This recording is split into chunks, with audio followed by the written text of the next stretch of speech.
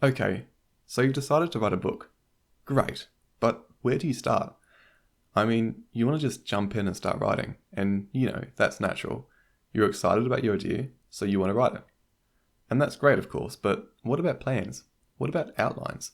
And do you really need one? Well, need is a strong word, but plans can be beneficial.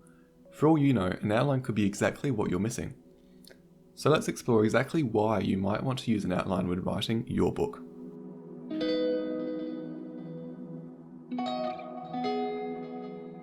So first things first, what is an outline? Well, it's pretty self-explanatory, and I'm sure you already have a pretty good idea.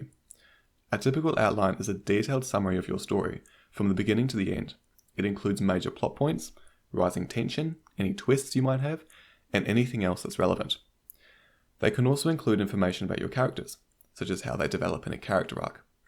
Information about settings, stylistic choices, such as the pacing of the story or what perspectives you tell it from, or really anything that you deem relevant. Anything that is most important to the story is included. Usually.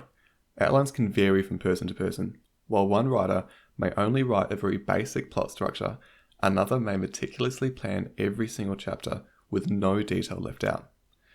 This is why some outlines may resemble a very rough first draft.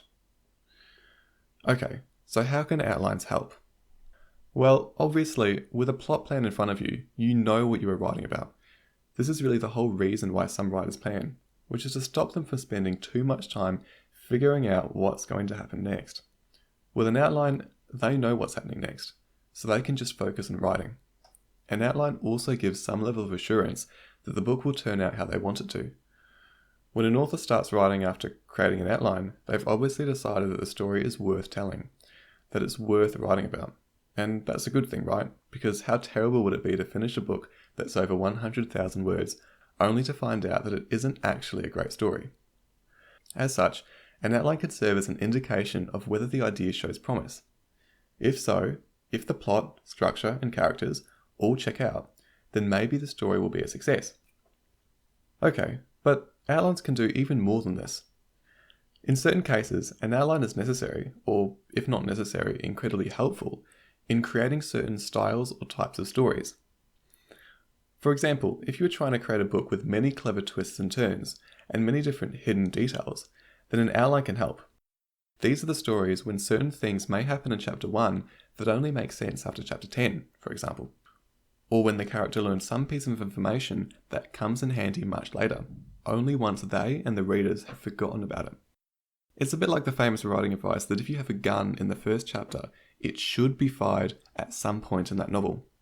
To do this, you can write and edit these details straight into your outline, so that when you start writing, you know when and where to place them in order to create these clever stories.